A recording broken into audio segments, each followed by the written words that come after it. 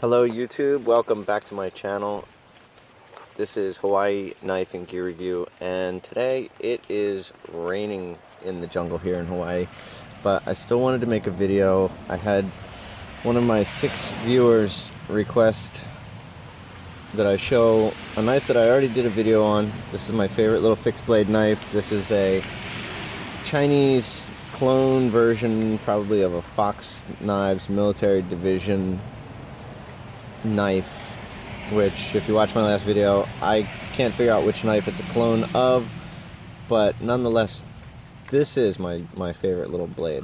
I love it. It's about a 4.5 inch blade, 8.5 inches overall. Just fits my hand perfectly. I love this little knife. It's D2 steel, G10 handles, little thumb ramp here.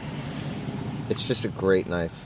And living here in Hawaii, I open coconuts on a regular basis, and if you know anything about rock hard brown coconuts, they're not easy to get into, and a lot of people have their own methods, different ways they get into them.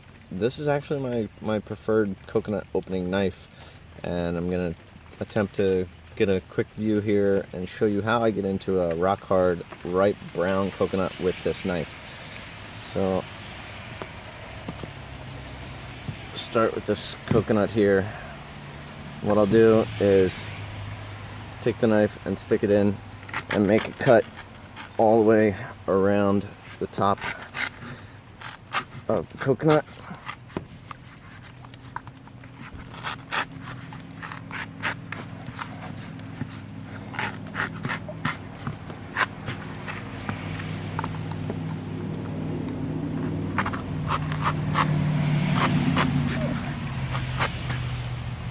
Extra challenging today with it being a wet, slippery coconut.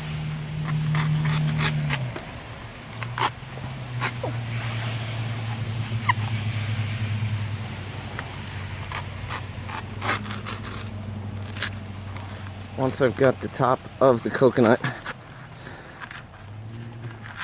popped off of here, I'm going to start taking the knife and sticking it in up top here. I'm making a little slice about every 1.5 inches or so, and just pry it a little bit to the side. I'm not trying to rip into the whole thing yet. I just want to start to get the husk separated a little bit. So take little chunks here.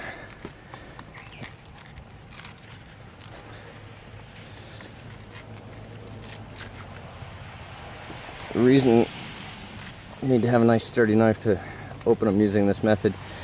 It is never advisable to pry sideways on a blade like I'm doing, but I found this knife can take it. I do this on a regular basis, and it's never once bent. It's always stays straight, never had any tip damage, so it's the D2 tool steel is sturdy enough to take it. So once I've got cuts all the way around the top, take one of the slices and go as far down to the bottom as I can. When you get all the way down towards the bottom of the coconut here, it starts getting really, really hard. So you just want to get as far down as you can and go back into the slice up top that I made. Pry.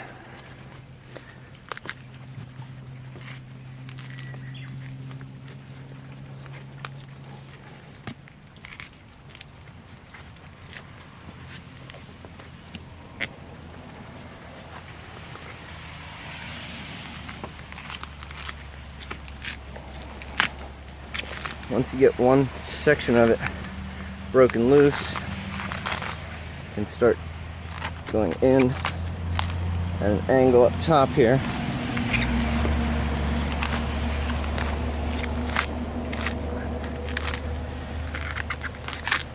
Work the husk all the way off of it.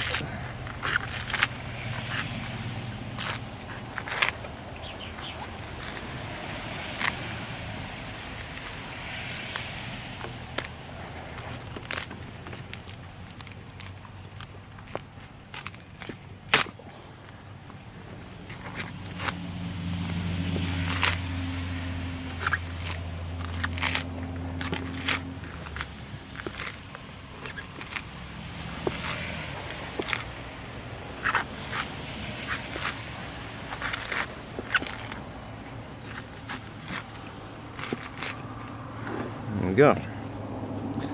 So once I've got all of the outer husk ripped off, go through and clean all the extra fur off the coconut. Makes it a little bit easier when you're cleaning out the meat inside, not to have all the furry stuff getting into the meat. So once I've got all of the outer husk peeled away, you can see on the coconut he's got a nice smiley face. He's got his eyes, nose, and the mouth. The mouth is going to be your soft spot. You can see when you start to dig in here, you can see the meat. So this is what we consider his mouth: eyes, nose, and mouth. And then if you look, he's got a mohawk that runs the top length of his head here. So coconuts are pressurized. They are under pressure inside here. So if you're gonna open it up to drink the liquid in here, the ripe coconut milk, I would take and keep rounding this hole out of here.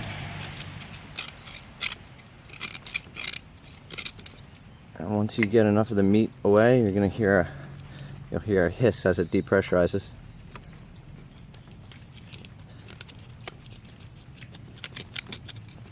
And once you got that open, pop a straw in there, drink out of it. The way to open up the actual nut of the coconut, where the mohawk is here, you want to strike right dead center on his mohawk with one sharp pop, and it'll split in two. So I like this knife because it has a nice butt at the end. I put a lanyard on here so I can grip it, and I use it to swing and just smack the back edge of the knife on the coconut here. And if you pop it, get one nice clean pop. Stick the blade in. Use it to pry. And there you have delicious, ripe, fresh Hawaiian coconut. So there's a lot of different ways to do it. This is what I've found to be the easiest way, and I open a lot of them this way, so it works for me. If you've got better ideas on how it works for you, maybe leave a comment. Consider subscribing to my channel. I'd love to hear from you. But for today, this is Hawaii Knife and Gear Review, and I hope to see you next time.